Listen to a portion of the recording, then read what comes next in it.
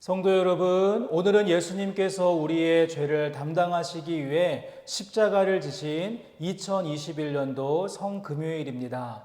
온라인으로 함께 성금요 예배를 드리게 될 때 하늘을 두루마리 삼고 바다를 먹물 삼아도 다 기록할 수 없는 하나님의 사랑, 그 무엇으로도 온전히 표현할 수 없는 십자가 은혜의 깊이와 높이와 넓이와 길이가 어떠함을 깨닫고 감사하고 감격하는 예배의 시간 될 수 있기를 원합니다.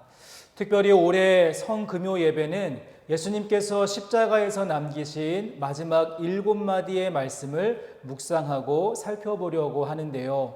주님이 남기신 한마디 한마디의 말씀이 우리의 신비에 새겨지고 각각의 말씀을 인도하는 교육자들의 메시지를 들으며 함께 기도해 주실 수 있기를 바랍니다.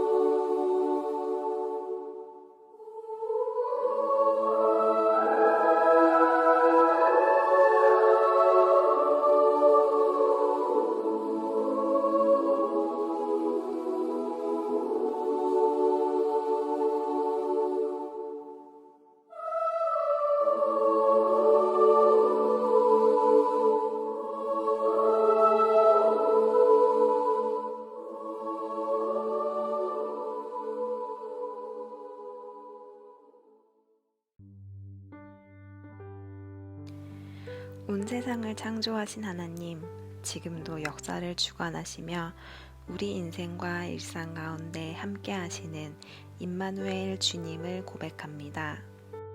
창조주의 사랑으로 지음받은 우리는 주님을 온 마음으로 환영하며 경외하고 청종해야 했지만 오히려 주님을 거부하고 자신을 높이고 탐욕으로 우리 마음을 가득 채워왔습니다. 욕심을 욕심이라 생각하지 않고 지독한 자기 사랑으로 내 배만 채우며 자신을 합리화하고 기만하며 살아왔습니다. 지금껏 우리는 성찰 없이 성장만을 위해 달려왔습니다. 자연과 생명을 경시하고 이 생태계의 주인인 것처럼 살아왔습니다.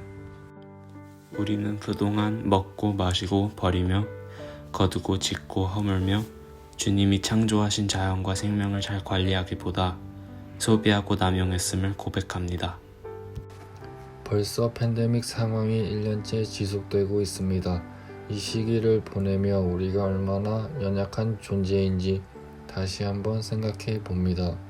멈춰진 것 같고 불편한 일상 속에서 그동안 우리가 누려왔던 삶이 기적이며 창조주의 은혜였음을 깨닫습니다. 아직도 전염병의 확산한 가운데 살고 있는 우리가 손쉬운 해답을 제시하기보다는 이 시대에 하나님께서 하시는 일을 감지하고 겸손하게 행할 수 있는 태도와 지혜를 가질 수 있도록 도와주십시오. 온 세상과 인류를 향하신 하나님의 뜻을 깨달아 알게 해주십시오. 하나님을 사랑하고 곁에 두신 이웃들, 멀게 느껴지는 타자를 이해하고 사랑하며 공존할 수 있는 마음을 허락해 주십시오. 우리의 삶의 기반인 자연과 모든 생명들을 사랑하고 공존할 수 있는 마음과 지혜 또한 허락해 주십시오.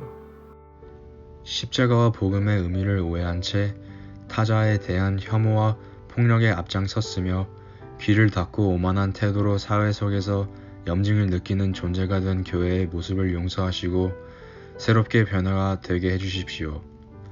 그래서 하나님의 자비와 사랑을 온 세상 가운데 흘려 보내는 통로로 빛을 드러내는 존재로 살게 해주십시오. 성금요일 예배를 드리는 이 시간, 하나님 나라를 십자가로 완성하신 주님의 고난을 묵상하며 십자가의 참된 의미를 기억하게 해주십시오. 온 세상과 인류를 구원하신 놀라운 사랑과 희생, 지혜와 승리를 기념하며 찬미하기를 원합니다.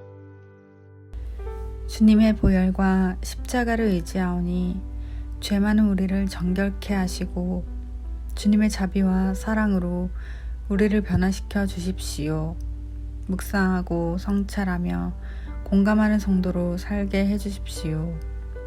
우리를 위해 죽으시고 부활하신 주 예수님의 이름으로 기도드립니다. 아멘.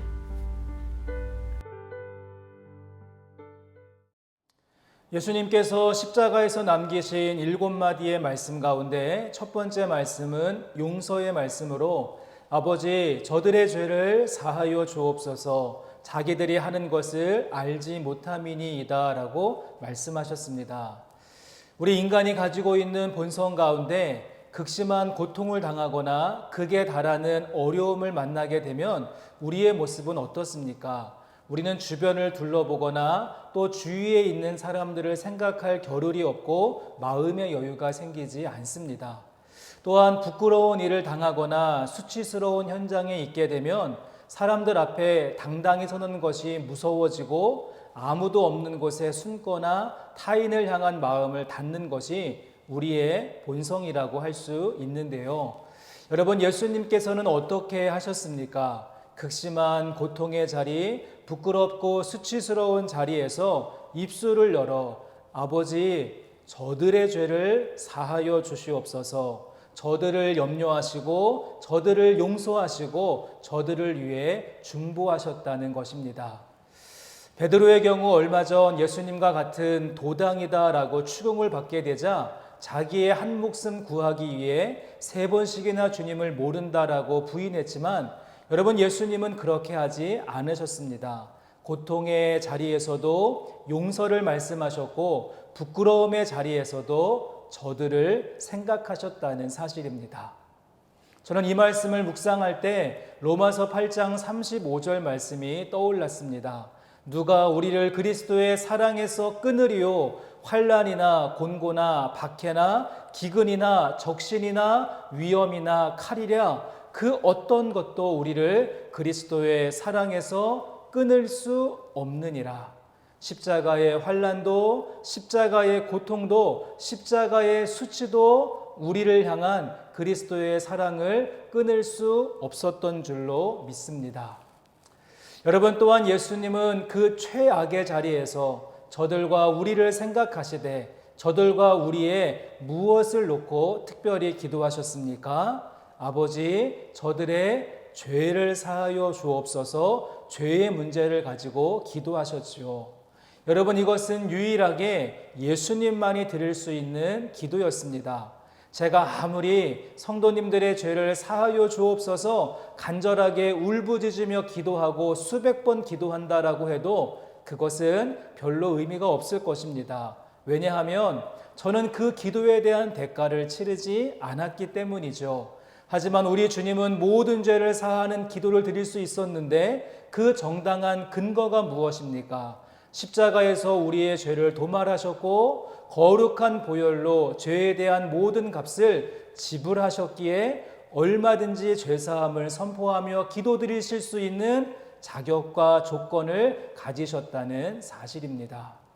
우리가 아직 연약할 때에, 우리가 아직 죄인 되었을 때에, 우리가 아직 원수 되었을 때에 그리스도의 죽으심으로 말미암아 예수님의 피 흘리심으로 말미암아 예수 그리스도 안에 있는 성량으로 말미암아 우리가 죄사함을 얻고 평화를 누리게 된 줄로 믿습니다. 여러분, 그렇다면 죄악의 자리에서도 저들의 죄를 용서하기 위해서 기도하셨던 주님의 음성을 우리가 들었다면 우리는 어떻게 해야 할까요? 우리 역시 끝나지 않은 위기의 순간 코로나 시대 가운데 살고 있지만 우리 주변을 돌아보고 주위에 있는 사람들을 생각해야 되고 1만 달란트 탕감받은 자로서 우리 또한 누군가를 용서하는 삶을 살아가야 할 것입니다. 죄를 탕감받은 기쁨과 감격에만 머물러 있는 것이 아니라 여러분의 삶 속에서 누군가를 향한 화평과 회복과 용서를 선포하며 삶 속에 용서의 십자가를 세우는 우리 모두가 될 수 있기를 소망합니다. 우리 함께 이 시간 첫 번째 말씀을 기억하며 기도하는 시간 갖기를 원합니다. 하나님, 최악의 순간 속에서도 용서의 십자가를 세우는 우리가 되도록 인도하여 주옵소서. 함께 기도하기를 원합니다. 하나님, 우리의 삶을 인도하시는 주님, 오늘 사순절 또 고난주간을 시작하고 또 우리가 성금요 예배를 함께 드리며 주님 앞에 기도함으로 나아갑니다. 용서의 십자가를 세우셨던 주님의 말씀을 기억하며 우리 또한 삶 속에 누군가를 용서하고 누군가에게 손을 내밀고 누군가를 품어낼 수 있는 용서의 십자가를 세울 수 있도록 인도하여 주옵소서. 그래서 그 십자가를 통하여서 하나님과의 화평뿐만 아니라 많은 사람들과의 화목 속에 나아갈 수 있는 우리의 걸음 되도록 인도하여 주옵소서. 하나님 아버지, 성금요 예배 첫 번째 말씀을 함께 나누었습니다. 예수님께서 십자가 위에서 저들의 죄를 용서하셨던 것처럼 우리도 삶의 현장 속에서 누군가의 죄를 용서하고 또 회복을 선포하며 그들을 품어낼 수 있도록 인도해 주시고 하나님과의 화평뿐만 아니라 사람들과의 관계 속에서도 아름다운 화목을 만들고 화평을 세워가는 우리의 모습 되도록 인도하여 주옵소서. 거룩하신 예수님의 이름으로 기도합니다. 아멘. 예수님의 두 번째 말씀입니다. 지금 예수님 옆에 두 명의 강도가 함께 십자가에 매달려 있습니다. 한 강도가 예수님께 말했습니다. 네가 그리스도가 아니냐? 너와 우리를 구원하라. 다른 편에 있던 강도가 예수님께 말했습니다. 당신의 나라에 임하실 때에 나를 기억해 주십시오. 그러자 예수님께서 그 강도에게 대답했습니다. 오늘 네가 나와 함께 낙원에 있을 것이다. 이렇게 그 강도는 예수님으로부터 구원의 약속을 받았습니다. 우리는 이 말씀을 대할 때마다 마음 한켠에서 불편함과 또한 답답함을 느낍니다. 아니, 단지 십자가 위에서 믿음의 고백을 단지 한마디 했을 뿐인데 구원을 받았단 말이야? 그럼 그 강도가 평생 동안 지어왔던 그 화려한 죄의 이력이 다 용서받았다고? 어떤 사람들은 이렇게 말합니다. 역시 구원은 믿음으로 받는 거야, 행함이 아니라고 말하며 이신칭이라는 짤막한 공식으로요, 이 모든 것을 깔끔하게 정리합니다. 그러나 우리는요, 이 장면에서 더 초점을 두어야 할 부분은 강도의 믿음이 아니라 바로 강도에게 임했던 구원의 은혜입니다. 강도는 다른 사람의 물건을 빼앗고 또한 해하는 그런 악행을 상징합니다. 그런데 바로 그런 강도에게 하나님의 은혜가 임했던 것입니다. 그것은 하나님께서 그런 추악한 사람이라 할지라도 은혜로 바라주시고 사랑으로 끌어안아 주심을 의미합니다. 우리도 마찬가지입니다. 우리도 하나님 앞에서 셀 수 없는 죄를 지으며 살아왔습니다. 그럼에도 불구하고 말합니다. 나는 적어도 저 강도 정도의 죄는 짓지 않았어.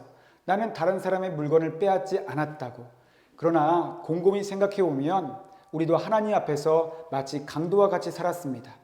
하나님의 것이 내 것인 양, 하나님이 맡기신 시간과 재능과 물질을 모조리 빼앗아 내 것인 양 함부로 사용해 왔습니다.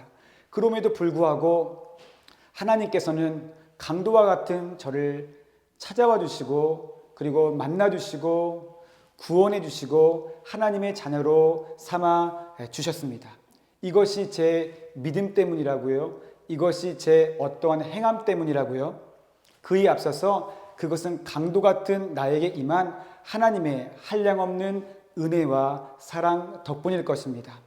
우리는 가상칠언의 두 번째 말씀, 오늘 네가 나와 함께 낙원에 있으리라 이 말씀을 떠올리며 강도 같은 나에게 임했던 하나님의 구원 그리고 그분의 놀라운 은혜와 사랑을 기억하며 감사드릴 수 있으시기를 바랍니다. 우리 함께 기도하시겠습니다. 이 시간 기도하실 때에 우리에게 주셨던 그 구원의 은혜 그리고 그분의 사랑을 우리가 늘 잊지 않고 늘 감사와 감격 속에 살 수 있게 해달라고 우리 잠시 기도하겠습니다. 감사합니다. 이 시간 우리가 다 함께 해주시고 특별히 두 번째 말씀을 통해서 우리에게 주신 구원의 은혜를 생각해 도와주시면 감사합니다. 우리가 늘 구원을 하나님, 오늘 네가 나와 함께 낙원에 있으리라 이 강도에게 주셨던 구원의 약속 그리고 강도에게 임했던 구원의 은혜와 사랑이 저에게도 저의 삶에도 임한 줄로 믿습니다. 그 은혜와 그 사랑을 늘 기억하며 또 감사하며 감격하며 그렇게 살아갈 수 있도록 인도해 주시옵소서. 감사드리며 예수님의 이름으로 기도드립니다. 아멘. 가상칠언의 제3원 이 세 번째 말씀은 공과 사, 크고 거창한 사역과 작고 개인적이고 사소한 것들을 쉽게 나누는 우리들의 상식과 이해를 초월하는 듯합니다. 예수님께서는 어째서 인류 구원을 위한 거대한 구속사의 정점에서 어찌 보면 이렇게 사사로워 보이는 말씀을 하신 걸까요? 어떤 사람들은 여기서 어머니는 유대 민족을, 사랑하시는 제자 요한은 그리스도의 교회를 상징하며 따라서 이 말씀은 유대 민족과 그리스도 교회의 결합 및 연속성을 상징한다고 해석하기도 합니다. 하지만 이 말씀에 그런 거창하고 심오한 해석이 필요할까요? 오히려 이 말씀은 가장 개인적인 것이 가장 정치적이라는 말과 같이 크고 위대한 사역을 하려고 하는 사람에게 있어 내 곁에 있는 한 사람을 사랑하고 섬기는 일상의 사역이야말로 그 큰 사역 못지않게 때로는 그보다 더 큰 비중으로 중요함을 이야기해 준다고 생각합니다. 사실 그리스도의 공생애의 시작도 그러했습니다.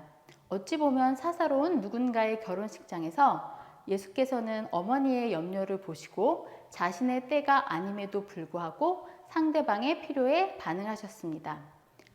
첫 번째 기적은 이렇게 가장 사사로운 사건, 가장 사사로운 동기에서 비롯되었습니다.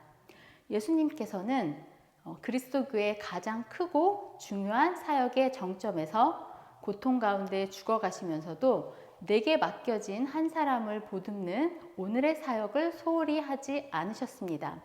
때로는 내 곁에 있는 한 사람을 위해 바로 지금 수고하고 헌신하는 것이 원수를 70번씩 7번 용서하는 것보다 힘들게 느껴질 때도 있습니다. 혹시 우리는 뭔가 대단하고 거창한 일을 하겠다고 하면서 내 곁에 있는 한 사람, 오늘 우리가 만나는 한 사람을 주님처럼 대하는 일을 소홀히 하고 있지는 않을까요? 우리의 이런 모습을 참회하며 함께 기도드리겠습니다.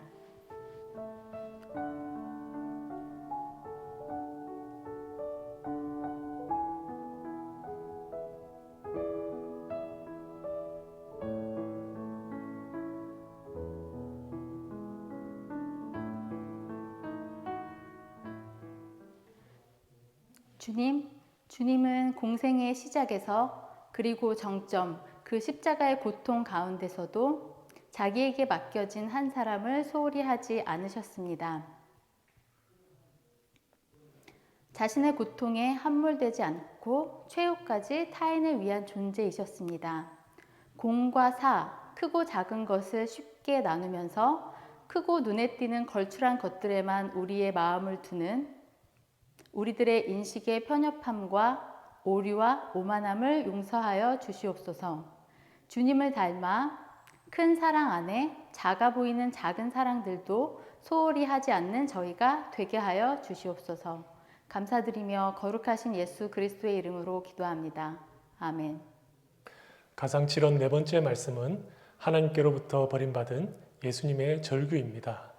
예수님께서 십자가에 달리신 지 6시간이 지났을 때 큰 소리로 외치며 절규하시죠.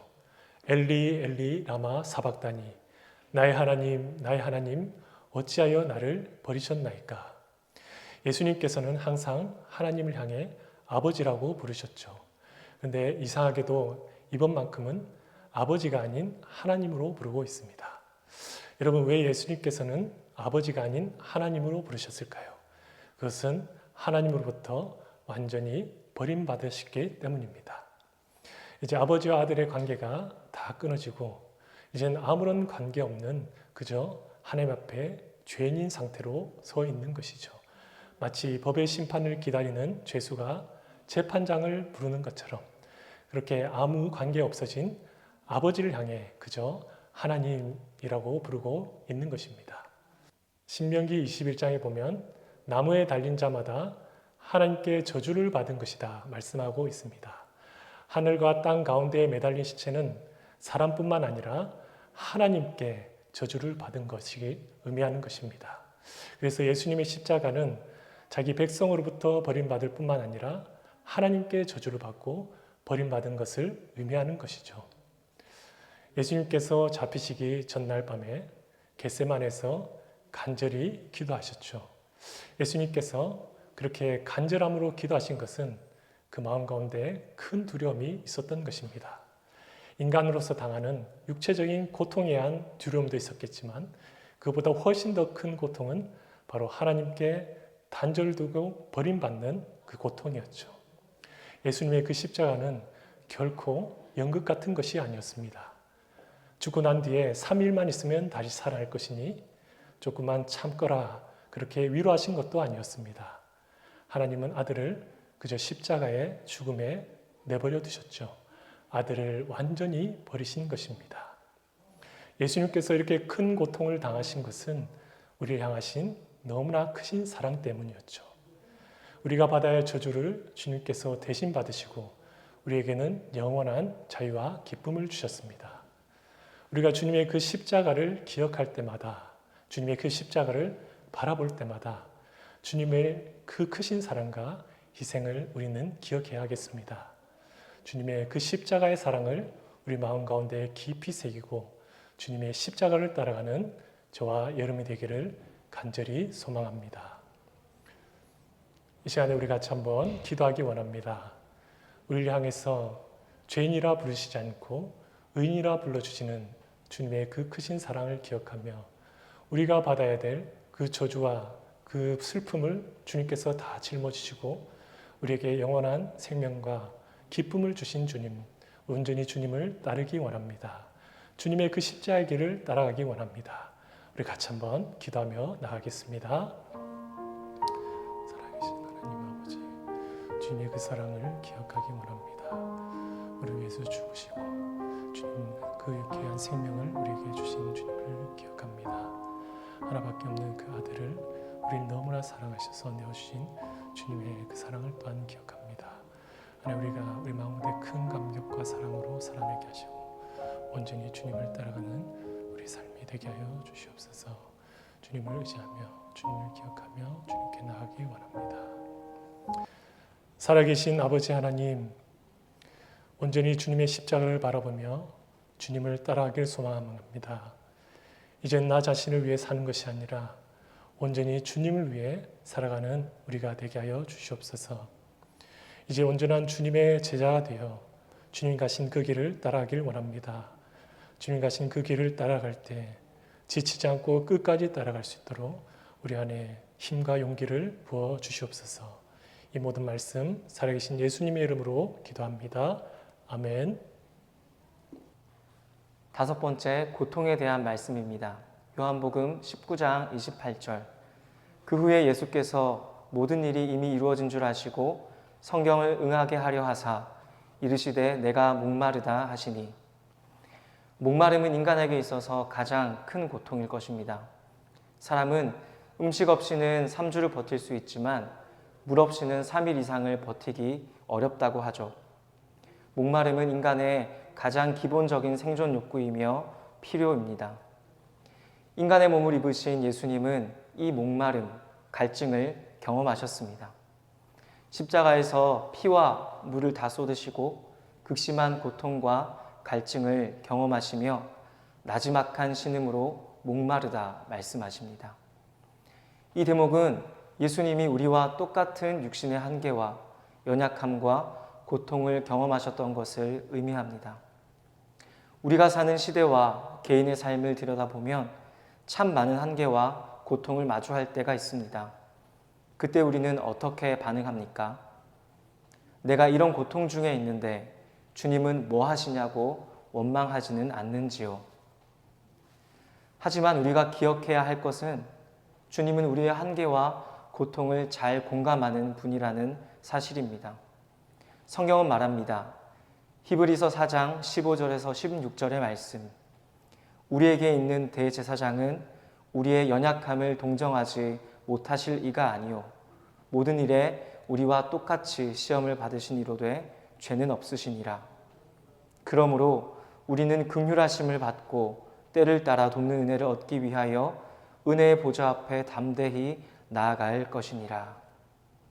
그렇습니다. 주님은 우리의 한계와 고통을 공감할 뿐만 아니라 그 고통을 몸소 경험하셨기에 우리를 동정하시며 때를 따라 돕는 은혜의 보좌를 마련하시고 우리를 기다리는 분이라는 사실을 기억합시다.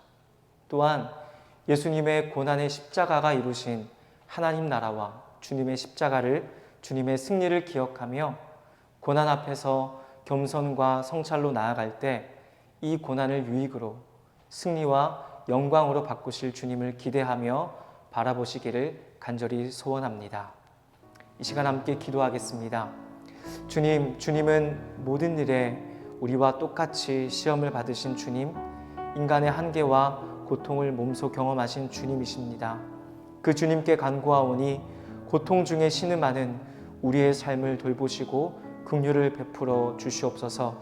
하나님의 회복과 온전케 하심을 경험하게 하여 주시옵소서. 함께 기도하며 나아가겠습니다.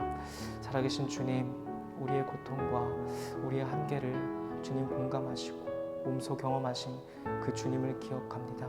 주님의 치유와 회복을 경험할 수 있도록 이 시간 주님의 능력과 주님의 회복과 주님의 그 임재로 함께하여 주시옵소서.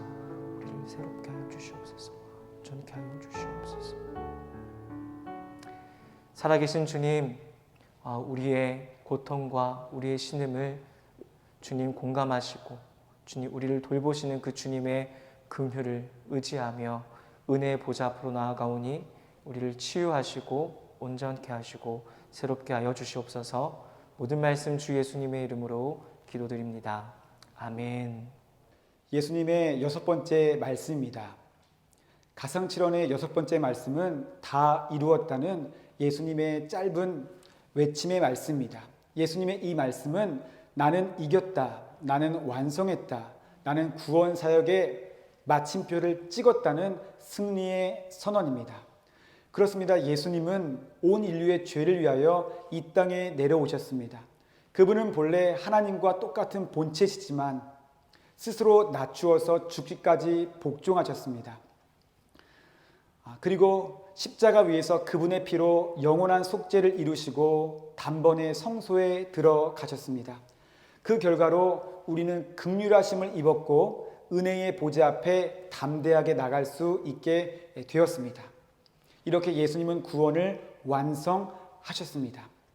동시에 다 이루었다라는 이 예수님의 외침은 우리에게 새로운 도전을 줍니다. 예수님은요, 온 인류의 구원자이실 뿐만이 아니라 우리가 이 땅에서 어떻게 살아가야 할지를 보여주는 모델과 같습니다. 다 이루었다는 이 예수님의 말씀 속에는요, 예수님께서 지상에서 맡겨진 일, 즉 그분의 사명을 완수했다는 것을 뚜렷하게 보여줍니다. 예수님은 그분의 사명을 이루시기 위해 모든 것을 다 바치고 심지어 자신의 목숨마저도 내어 놓으셨습니다. 옷 한 벌도 제대로 남기지 않았습니다. 말 그대로 사명을 위해 살다가 그렇게 운명하셨던 것입니다.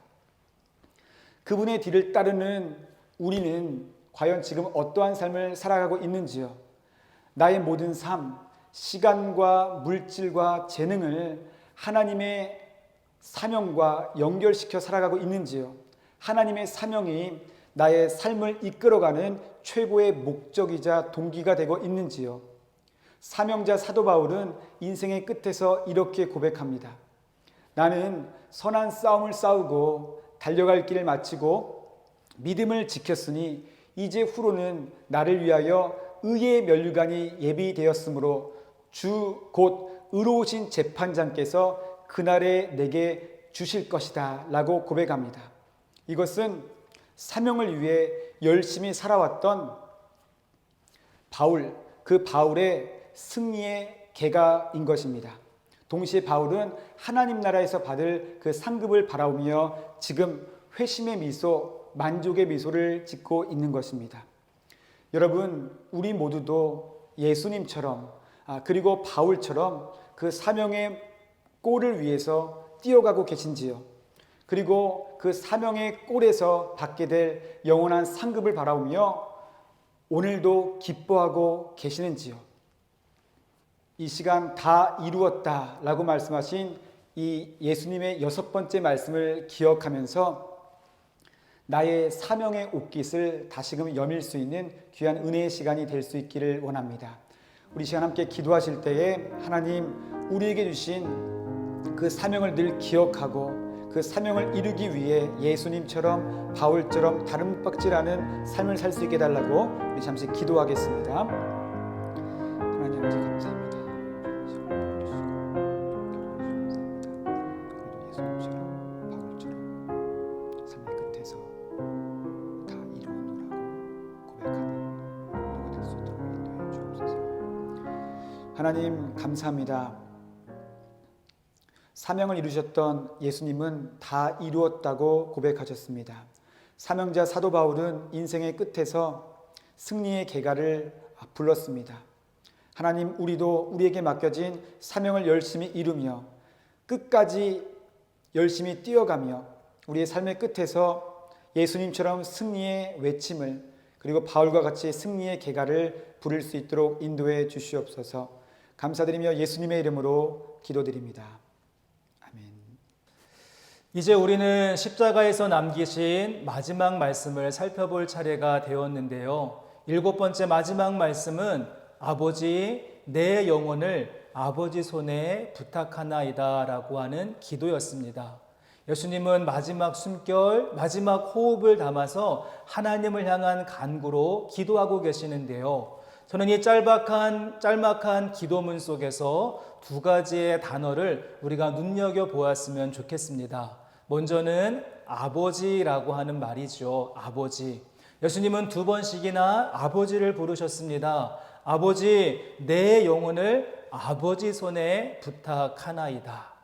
원래 하나님을 아버지라고 부를 수 있는 분은 독생자 예수님 한 분밖에 없었습니다. 죄로 인해 더럽혀진 우리는 더 이상 하나님의 자녀가 아니라 버려진 외인에 불과했죠. 그러나 십자가의 풍성한 은혜 가운데 하나가 무엇인가 하면 예수님만의 고유 권한으로 사용하시던 아버지를 부르는 그 특권을 하나님을 향하여서 아버지라고 부를 수 있는 그 놀라운 호칭을 이제 십자가를 통하여 활짝 개방해 주셨고 우리 가운데 열어주셨다는 것입니다. 십자가에서 다 이루셨다라고 말씀하시며 하나님을 향하여서 아버지라고 부를 수 있는 호칭의 선물을 우리 가운데 주셨습니다. 그래서 십자가의 능력을 경험한 사람이라면, 십자가의 은혜를 체험한 사람이라면 담대히 하나님을 향하여서 아버지라고 부르며 기도할 수 있게 된 것이죠. 저 옛날 홍길동은 서자로 태어나서 아버지를 아버지라고 부르지 못하고 형을 형이라고 부르지 못해서 눈물을 흘렸는데, 여러분, 우리에게는 한계와 약점이 있는 인간 아버지가 아니라 영원하신 하나님을, 전능하신 하나님을, 무한한 사랑을 베푸시는 탕부 하나님을, 처음과 끝이 되시는 그 놀라우신 하나님을 아버지라고 부를 수 있는 선물을 받게 되었으니 얼마나 감격스럽고 놀라운 은혜입니까? 여러분, 그런가 하면 아버지로 시작한 기도가 어떻게 끝나고 있습니까? 아버지, 내 영혼을 아버지 손에 부탁하나이다 라고 기도하시며 아버지로 시작한 기도의 끝에는 영원한 삶, 우리의 영혼이 주님과 함께 영원히 거하는 천국의 모습으로 맞춰지고 있는 것을 보게 됩니다. 하나님 아버지께서 넓은 품에 품어주시고 맨발로 나오셔서 우리를 얼싸 안아주시는 그 아버지의 공간이 있다는 것입니다. 많은 사람들은 죽음을 두려워하고 죽음 앞에서 절망하고 죽음 앞에서 좌절하게 되어집니다. 하지만 예수님은 그 마지막 죽음의 순간을 아버지 손에 의탁하고 부탁하며 영원한 천국과 하나님의 나라로 연결해 주셨습니다. 아마 여러분 이민 가방을 들고 캐나다에 처음 도착하셨을 때 걱정과 근심이 많으셨을 것입니다. 하지만 반대로 우리가 모든 타양 생활을 마무리하고 우리의 고국인 대한민국에 돌아갈 때 느낌은 다르겠죠. 내가 태어난 고향이 있고 나의 친척과 부모님이 있고 무엇보다 한국말이 잘 통하는 다시 우리의 고국에 돌아간다는 것, 여러분 그때는 근심과 걱정으로 가지 않고 포근한 품에 안기는 기쁨을 가지고 돌아갈 것입니다. 사랑하는 성도 여러분, 우리 예수님은 마지막 7번째 말씀을 통하여서 우리에게 귀한 선물을 2가지 주었습니다. 하나님을 아버지라고 부를 수 있는 호칭과 영원한 삶에 잇대어 살 수 있는 천국에 대한 소망이죠. 여러분의 삶 속에서도 하나님 아버지를 부르며 늘 영원함을 사모하며 살아갈 수 있는 아버지, 내 영혼을 아버지 손에 부탁하나이다 고백하며 본향을 바라보며 담대하게 살아가는 우리 모두가 될 수 있기를 소망합니다. 우리 이제 마지막 말씀을 마음속에 새기면서 기도할 수 있기를 원합니다. 하나님을 아버지라고 부를 수 있고 천국에 대한 소망으로 채워주신 것 감사합니다. 담대하게 주어진 삶 속에서 아버지의 은혜, 천국의 소망을 누리는 삶 되도록 인도하옵소서. 함께 이 시간 마무리하며 기도하겠습니다. 하나님, 오늘도 마지막 말씀을 통하여서 우리들의 심령을 새롭게 하신 것 감사합니다. 하나님을 향하여서 감히 아버지라고 부를 수 있는 것, 우리에게 주신 너무도 놀랍고 큰 은혜이고 축복임을 고백합니다. 십자가를 통하여서 가운데 막혀져 있었던 모든 휘장들이 찢겨지고 주님 앞에 나아갈 수 있는, 하나님 앞에 나아갈 수 있는 담대함이 우리 가운데 생겨나게 된 줄로 믿습니다. 천국에 대한 소망 흔들리지 아니하도록 우리의 중심을 붙들어 주시고 우리의 마음을 풍성하게 인도하여 주옵소서. 사랑과 은혜의 하나님, 예수님께서 십자가에서 남기신 마지막 7마디의 말씀을 통하여서 우리의 마음을 풍성하게 하고 우리들의 마음속에 놀라우신 은혜로 부어주신 것 너무도 감사합니다. 우리 한 사람을 위한 예수님의 놀라운 희생임을 다시 한번 기억할 수 있도록 인도하여 주옵소서. 또한 우리가 하나님을 향하여서 아버지라고 부를 수 있는 특권과 은혜를 주신 것 너무도 감사하는 마음으로 고백합니다. 마음껏 하나님을 아버지라고 부를 수 있도록 인도해 주시고 또 그 아버지를 부르며 천국에 대한 소망과 영원한 삶에 잇대어 우리에게 주어진 하루하루의 삶을 힘있게 살아갈 수 있는 우리 모두가 될 수 있도록 인도하여 주시옵소서. 부활의 새벽을 맞이하는 그 순간까지 우리의 마음을 다시 한번 겸손하게 채워주시고 주님의 십자가를 따라서 여기까지 왔사오니 주님의 부활에도 함께 동참하는 우리의 모습으로 발견시켜 주옵소서. 모든 영광 주님께 올려드리며 거룩하신 예수님의 이름으로 기도합니다. 아멘.